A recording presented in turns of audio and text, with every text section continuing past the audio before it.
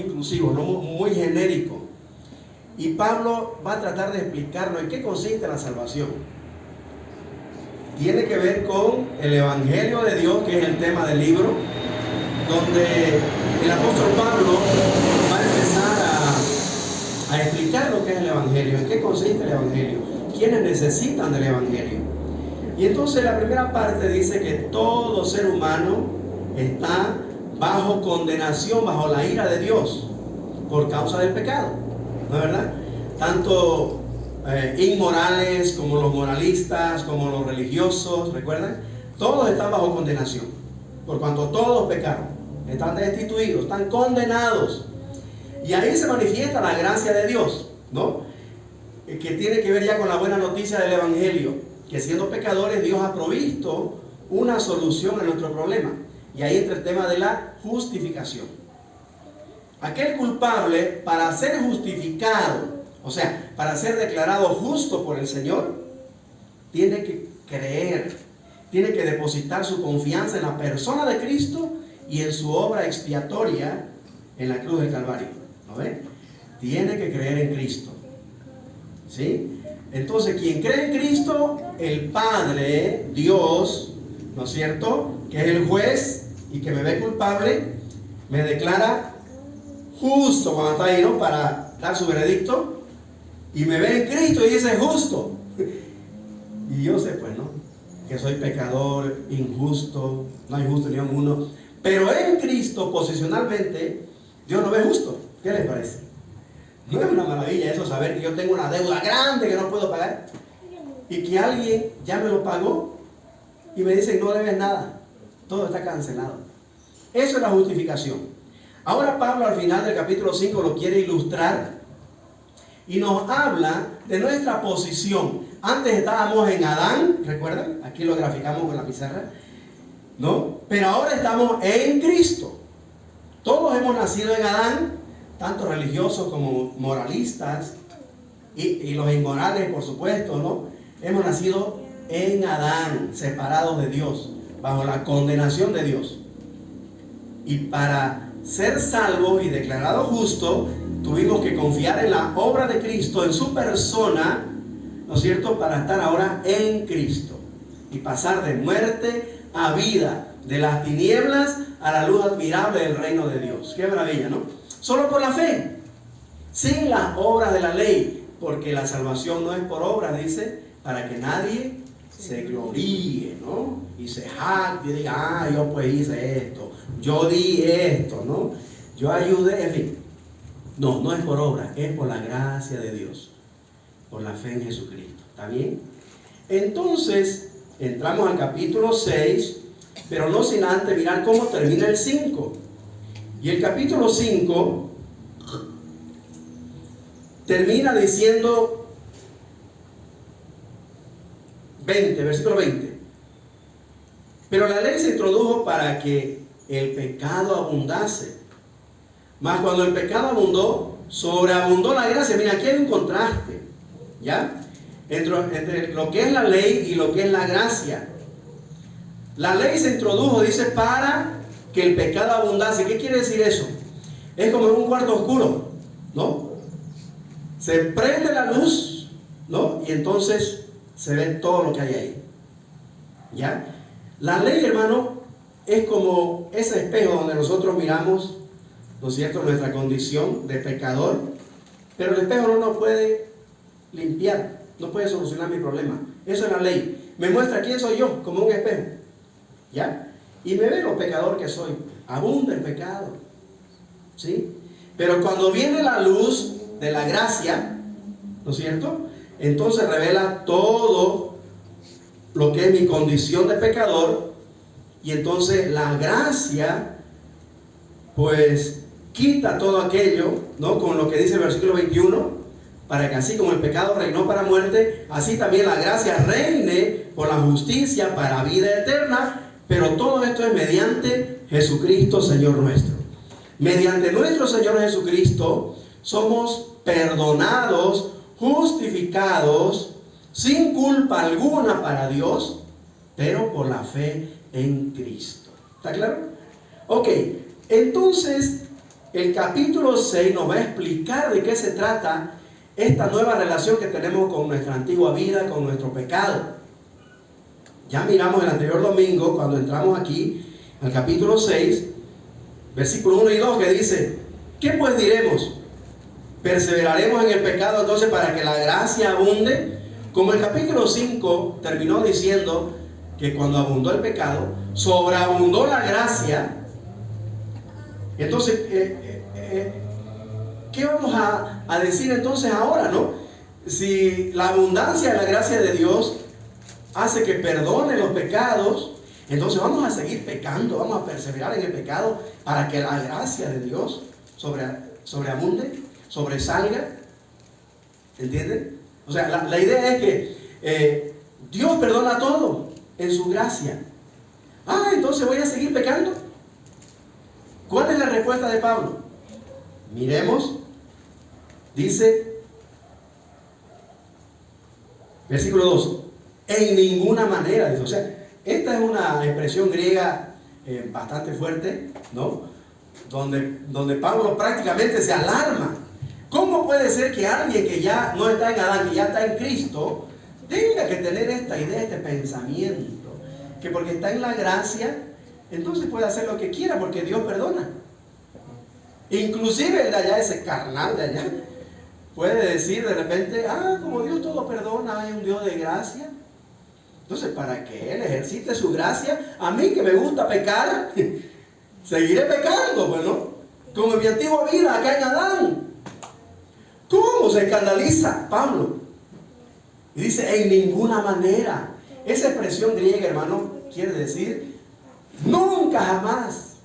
¿Cómo piensan? Esa es la idea. ¿Cómo se les puede ocurrir que habiendo pasado de muerte a vida, vamos a seguir viviendo como si estuviéramos muertos en nuestros delitos de pecado? No, eso no hay lugar para quien está en Cristo. ¿Entienden, hermanos? Y Pablo va a explicar por qué ahora tenemos una nueva relación con el pecado. ¿Sí? Y ya el anterior domingo estuvimos considerando este primer punto, donde habla de nuestra posición en Cristo. ¿Ya? Nuestra posición. Estuvimos mirando, ¿no es cierto?, de que hay tres cosas que debemos saber de nuestra posición. ¿Recuerdan? La primera, les hago recuerdo, ¿no? Nuestra posición en Cristo es por nuestra identificación con Él, versículo 3 al 5. Ya lo estudiamos esto hasta el 11, ¿no ven? El anterior domingo. Le estoy repasando, ¿ya? Versículo 3 al 5 nos dice que por nuestra posición en Cristo tenemos una nueva relación con el pecado. Por eso no debemos perseverar. Perseveraremos en el pecado, no debemos perseverar. Esto es lo que marca la diferencia. No dice que no debemos pecar. Podemos pecar. Pero ya mi relación con el pecado ya no es de una perseverancia en ello, de una vivencia en ello, como un hábito al cual estoy acostumbrado. Ya no. Mi relación con el pecado es otra ahora. ¿Por qué? En primer lugar dice, por nuestra identificación con Cristo. Versículos 3 al 5. Hemos sido insertados en Cristo. Hemos sido colocados en Cristo. ¿Me entienden?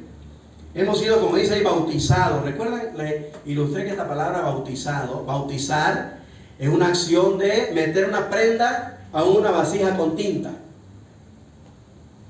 ¿Sí? Si yo quiero que esta tela de lana, que es media caqui, media cuchuqui, así, ¿no? Media blancuzca, sea verde, entonces la meto a la vasija verde, pues donde hay pintura verde. Y eso es bautizar, ¿ya? Insertar ahí y sacarla identificada con ese color. Ya la tela blanca sale verde, o sale roja, ¿no es? O sale café, etcétera. ¿Me entienden? Eso es bautizar. Meter, ¿no? Sumergir y que salga identificado con lo que hay ahí en el recipiente. Una palabra, hermanos, muy ilustrativa de lo que significa la salvación, de lo que ha ocurrido en nosotros cuando hemos creído en Cristo. El Espíritu Santo dice que nos coloca en el cuerpo de Cristo, nos identifica con Cristo, nos inserta en Cristo. Ahora ya no estamos en Adán, estamos en Cristo. Entonces esa es nuestra posición. Debemos saber, dice Pablo en primer lugar, ¿no?, que estamos identificados, estamos insertados en Cristo. En segundo lugar, no debemos perseverar en el pecado por nuestra posición en Cristo, estamos insertados en Cristo. Y en segundo lugar, versículo 6, o no sabéis, también sabiendo esto, dice, otra vez el verbo saber, hay que saber. ¿Qué debemos saber? Que hemos muerto juntamente con Cristo. Nuestro viejo hombre, hermanos, nuestra antigua vida, ha muerto, ha sido crucificada en Cristo. Yo he sido muerto en Cristo, hermano. Por la fe, obviamente estamos hablando de lo que es el aspecto espiritual de nuestra salvación. Estoy en Cristo, por eso cuando Cristo estaba en la cruz, yo estaba en la cruz clavado con Él. 2000 años atrás, imagínense, hermano. ¿Ah? Esa es nuestra posición, ¿me entienden? Cuando Cristo fue sepultado, yo fui sepultado con Él. ¿Me entienden? Cuando Cristo resucitó, yo también en Cristo he resucitado con Él. ¿Está claro, hermano, eso? ¿Sí? Esa es nuestra identificación, hermano, con Cristo. Por eso el bautismo en agua, ya vamos a hablar de la ordenanza. Aquí está hablando de nuestra identidad, ¿no?, de nuestra posición. Capítulo 6 de Romanos. Pero la ordenanza de que todo aquel que en Él cree sea bautizado, el bautismo en agua, hermano, esa ordenanza ilustra esta verdad de nuestra posición en Cristo. ¿Me entienden? ¿Ok? Por eso en el bautismo damos testimonio de que hemos sido identificados con Cristo en su muerte, sepultura. Por eso el bautismo tiene que ser por inmersión. Tenemos que ser sumergidos en el agua, bien sepultados con el agua, ¿me entienden? Para ilustrar, pues, la salvación. Entonces, hemos sido identificados en su muerte, y cuando salimos del agua somos identificados con su resurrección. Entonces, hermanos, ¿cómo creen ustedes, como dice Pablo aquí, no? En ninguna manera, nunca jamás. ¿Cómo se les ocurre que vamos a seguir perseverando en el pecado como antes? No. ¿Por qué? Porque no solo hemos sido identificados con Cristo e insertados en su cuerpo, sino que hemos muerto juntamente con Él. ¿Qué le parece? Hemos muerto. Por eso dice el versículo 6, subrayelo, hermano, este verbo saber. Versículo 3, o no sabéis, versículo 6, sabiendo esto, y versículo 9, sabiendo que Cristo, habiendo resucitado a los muertos, ya no muere. En tercer lugar, hermano, no debemos perseverar en el pecado, no solo porque estamos identificados con Cristo y que hemos muerto juntamente con Él, pero también porque vive para Dios Cristo, y nosotros también en Cristo vivimos para Dios. Si hemos resucitado juntamente con Cristo, entonces tenemos que vivir la vida de Cristo resucitado. Y Cristo vive, hermano. ¿Amén? Cristo vive. Entonces nosotros tenemos que vivir la vida de Cristo. Y de eso se trata la vida cristiana. Y lo voy a explicar más adelante. Y es lo que vamos a mirar ahora. ¿Está bien? Hoy entramos entonces, bueno, al tema de, a la luz de esta verdad, entonces, ¿cómo debemos vivir? ¿Cómo podemos hacer realidad esta posición que tenemos en Cristo? ¿Sí?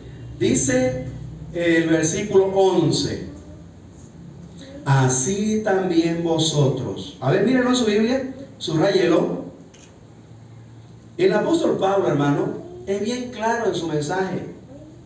Ya ha puesto una ilustración de qué es la vida cristiana, de nuestra posición en Cristo. ¿Sí? Que estamos identificados con Cristo, que hemos muerto con Cristo y hemos resucitado y vivimos con Cristo. Es más, por si acaso, hermano, a ver, presten atención a esto que les voy a decir. En este momento, en Cristo, nuestra posición es a la diestra del Padre. ¿Dónde está Cristo ahorita? A la diestra del Padre. O sea que posicionalmente en Cristo estamos a la diestra del Padre. Porque somos su cuerpo, hermano. Y Él es la cabeza, ¿me entienden? Entonces la iglesia, el cuerpo de Cristo, está pues con Cristo posicionalmente. ¿Ok? Por eso el desafío de ahora, a vivir de acuerdo a esa posición. No sé si me están captando la idea, hermano. O estamos captando la idea de Pablo. ¿Ah? Si tenemos una posición, tenemos que vivir de acuerdo a esa posición. Por eso debemos saber primero cuál es nuestra posición. ¿Ya? Debemos saber primero. Por eso dice, ¿o no sabéis? Sabiendo esto, o sea, 3 veces, ¿no? ¿Por qué? Porque tenemos que saber, hermano, tenemos que conocer cuál es nuestra identidad en Cristo. ¿Te entiendes? Ahora, ¿por qué razón? Sencillo. Porque según lo que sabemos, así vivimos, pues. Lo que sabemos, eso hablamos. Ese es nuestro estilo de vida, esa es nuestra conducta y nuestro comportamiento, según lo que hay en nuestra mente y en nuestro corazón. Por eso es importante, hermano, saber. ¿Está bien? Entonces, a la luz de esta verdad, dice Pablo, así también vosotros. Ya mire cómo lo aplica, ¿no? La verdad de nuestra posición en Cristo ya es aplicada a nosotros. Así también vosotros, ustedes. Si es que saben esto. Y vuelvo a reiterar, hermano, ¿sabemos esto? ¿Sabemos que ahora estamos en Cristo? ¿O están en Adán? ¿Cuántos están en Adán? Ojalá que ninguno. Que todos ya hayan creído en Cristo y estén acá. En Cristo. Ahora, sabiendo esta posición, ahora dice el 11, mire conmigo, para que entienda mejor. ¿Qué dice el 11? Todos juntos, 1, 2 y 3. Así también vosotros. Muy bien, hasta ahí. Así también vosotros. Es clara la comparación. Si esta es nuestra posición, nosotros aquí, ahora, en este tiempo, así debemos vivir. Hacer realidad esa posición. En Cristo soy santo, vivamos santamente. En Cristo soy justo, vivamos justamente, pues. ¿Me entienden? Pablo decía a los santos y fieles que están en Cristo Jesús, ¿no? A los santos y fieles en Cristo que están en Filipo, en Colosa, en Éfeso, ¿no? Dios me ve justo, me ve santo, me ve fiel. Pero es en Cristo. Por eso dice el 11, así también vosotros. ¿Qué dice? Consideraos muertos al pecado, pero vivos para Dios. Pero en Cristo Jesús, Señor nuestro. Esa es la fuente de nuestra vida presente, de acuerdo a nuestra posición. Hermano, a ver, mucha atención con esto que vamos a empezar a mirar. Si esa es nuestra posición en Cristo, entonces nuestra condición presente en este momento, actualmente, que tengo lucha contra el pecado, para no perseverar, para no vivir una vida habituada al pecado, como si nunca hubiera sido justificado, como si siguiera viviendo en Adán, en primer lugar, dice que debemos vernos muertos al pecado. Eso significa considerados. Véanse, mírense, a ver, contémplense. Tienen que contarse, mirarse a sí mismos y tratarse así, como muertos. Ténganse por muertos. Considérense muertos al pecado. Hermano, un muerto no tiene reacción. ¿Sí? Así debemos vernos, hermanos, en Cristo, en relación con el pecado. Para no perseverar en el pecado, número 1, considérese muerto. Mírese a sí mismo como muerto al pecado. Mírese ahí crucificado en Cristo. Y de esa forma no va a perseverar en el pecado. El pecado no va a ser su amo, como antes cuando estaba en Adán. ¿Está bien? Número 2. Obviamente esto es en Cristo, porque dice la última parte del 11, ¿verdad? Dice, en Cristo Jesús, Señor nuestro. No es en nuestra fuerza, no es en nuestra sabiduría, ¿ya? Es en Cristo. Número 2, versículo 12. Versículo 12. Dice, no, ¿está conmigo? No reine pues el pecado en vuestro cuerpo mortal. A ver, tóquese. Este es el cuerpo.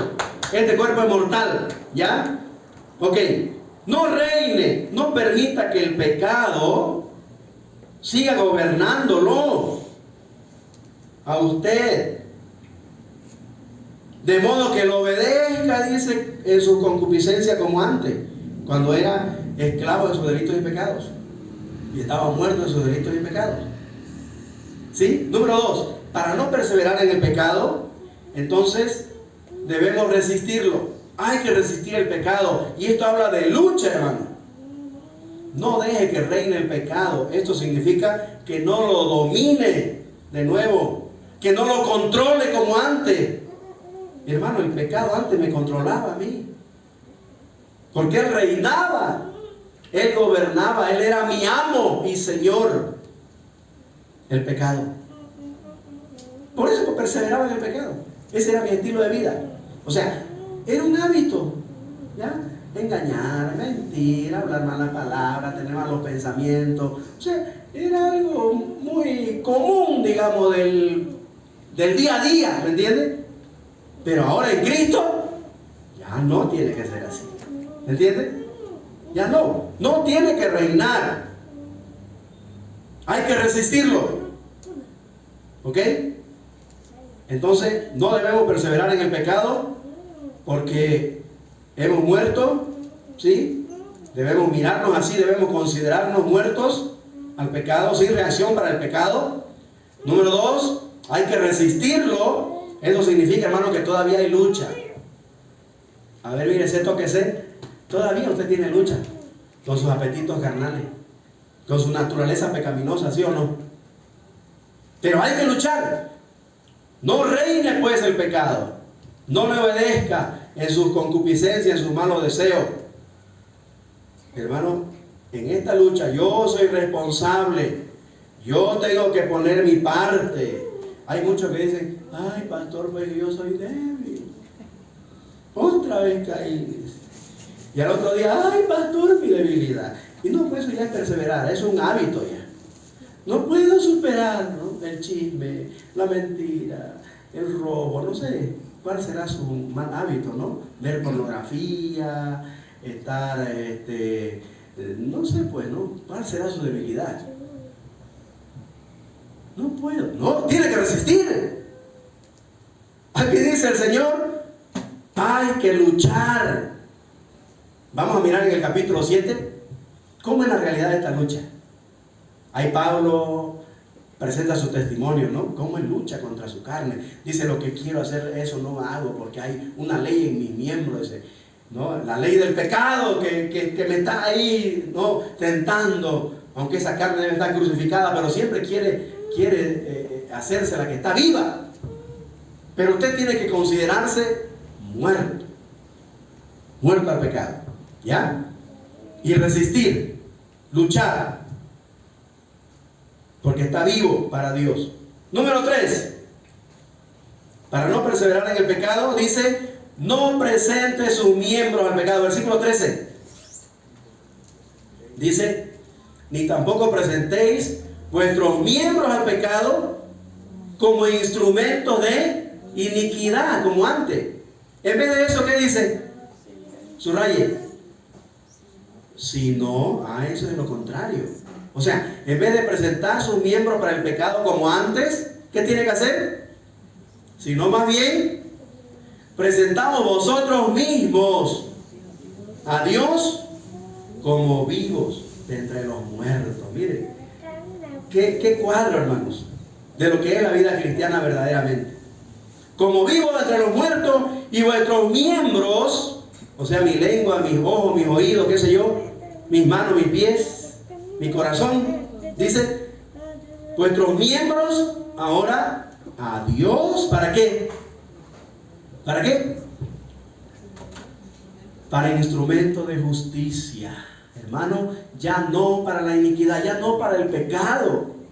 Hermano, si esta boca, si esta lengüinga yo la usaba para hablar malas palabras, no sé, pues para blasfemar, para insultar, o sea, ya no dejemos usar ya nuestro miembro por el pecado, por la injusticia. Ahora usémoslo para la justicia, dice, para la santificación, para alabar a Dios.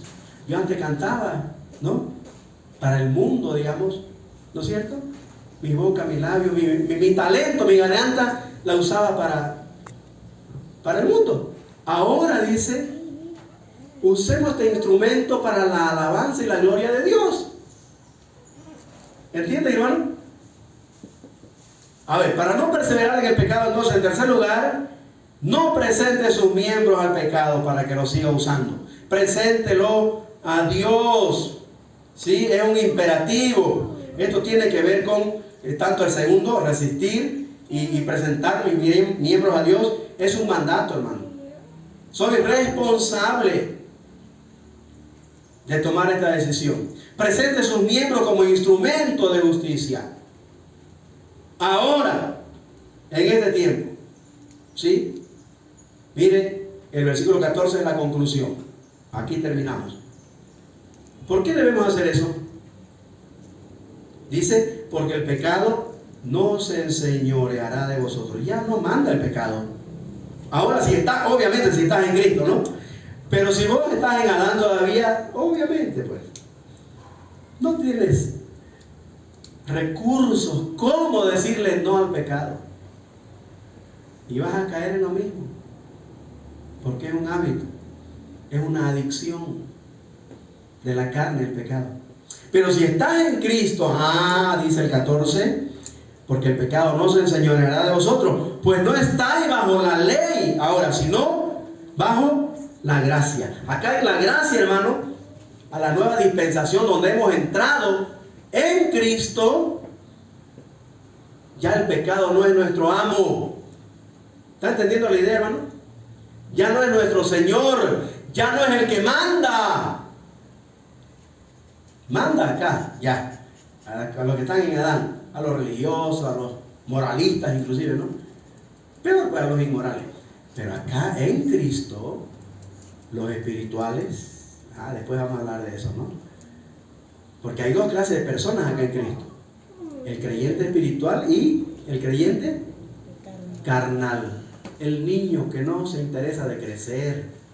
Por eso se sigue comportando como este de acá, en Adán. Como un hombre natural. ¿No ve?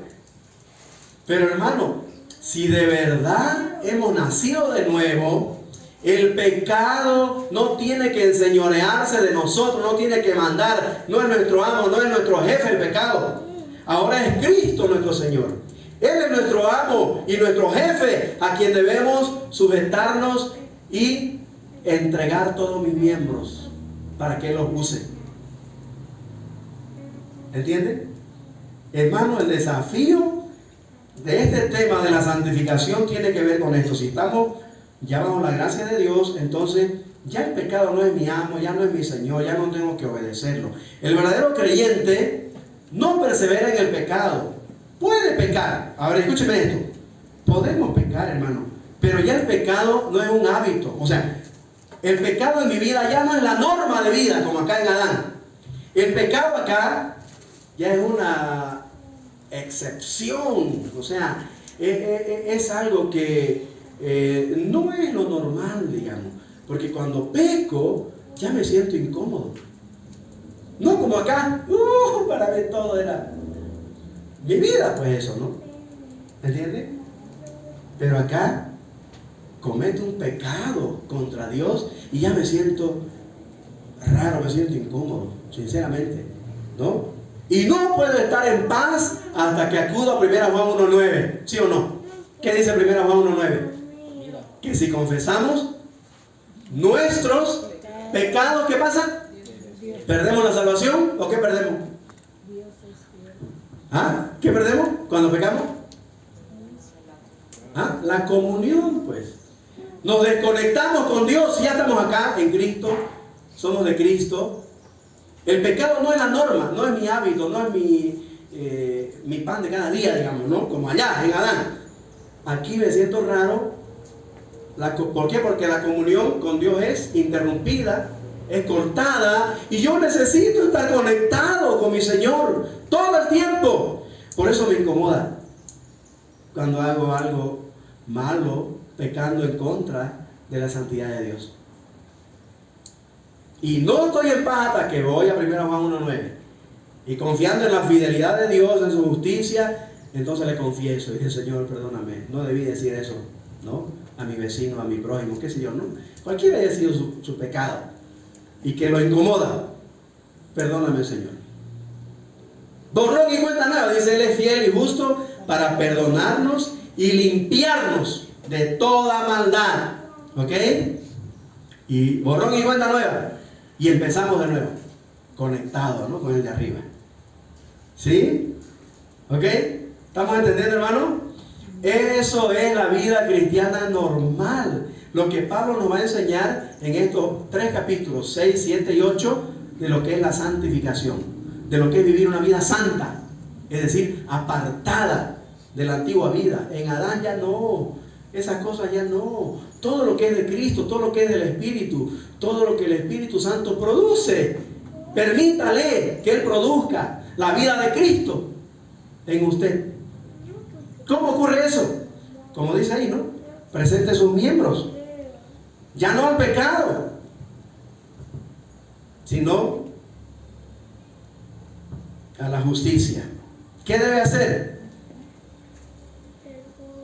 Considérese a sí mismo muerto, 1. Número 2, resiste el pecado. Y número 3, no presente sus miembros al pecado de nuevo, los miembros de su cuerpo al pecado. Preséntelo a Dios, preséntelo a la justicia. ¿Está bien? ¿Cómo podemos hacer esto? Terminamos con este modelo de oración. Esto tiene que ver, hermano, con una entrega continua, pues, de los miembros de mi cuerpo a la justicia, a Dios, al Espíritu. La Biblia dice: sed llenos del Espíritu, andad en el Espíritu, no satisfagáis los deseos de la carne.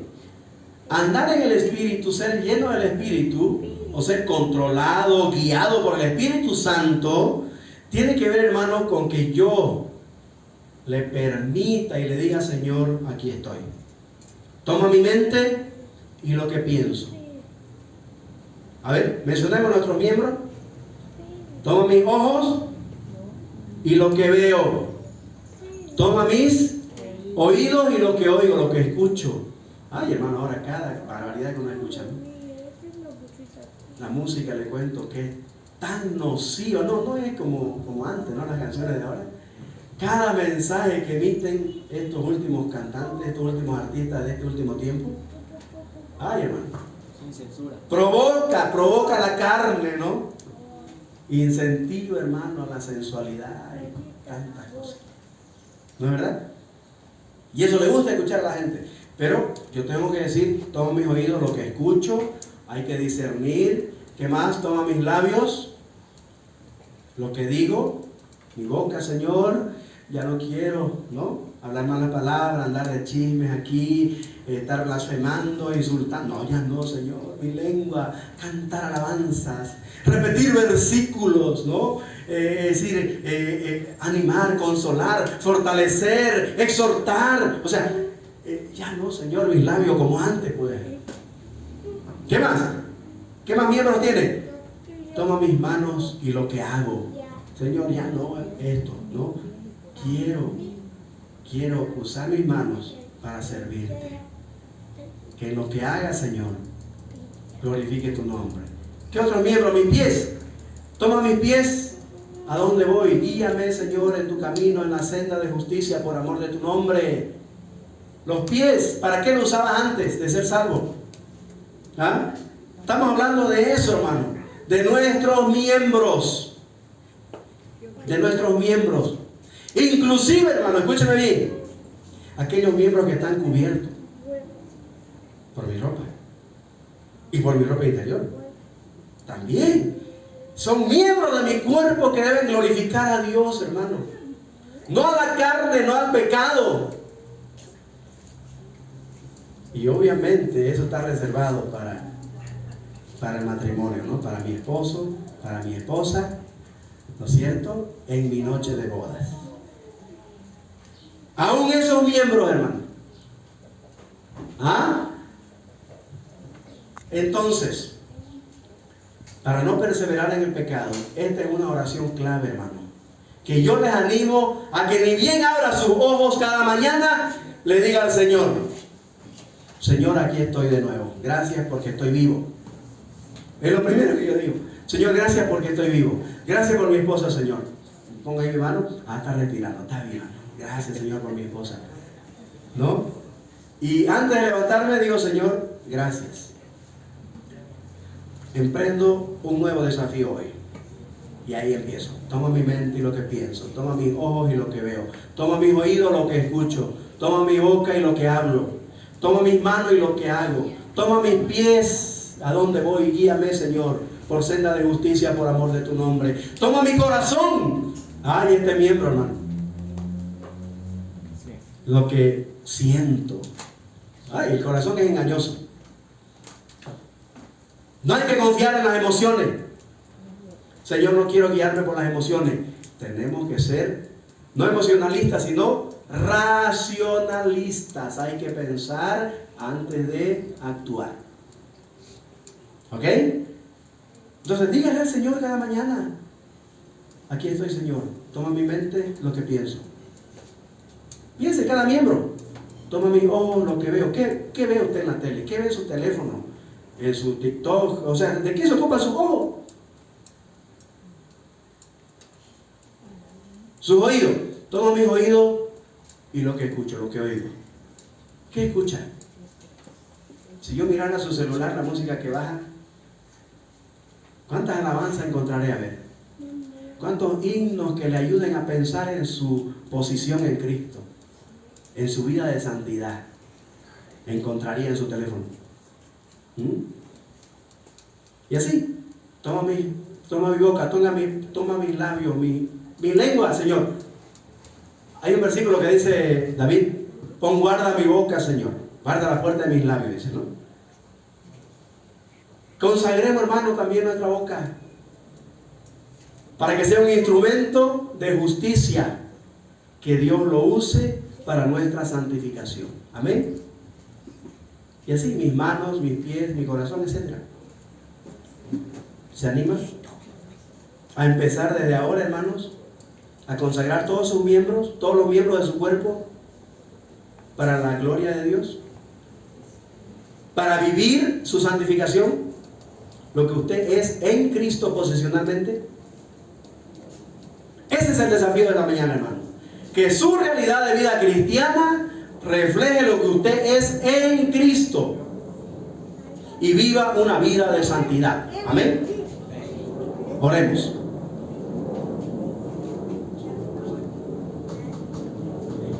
Oremos. Señor amado, gracias por tu palabra. Gracias, Señor, porque estamos entrando en este estudio del libro de Romanos en una parte muy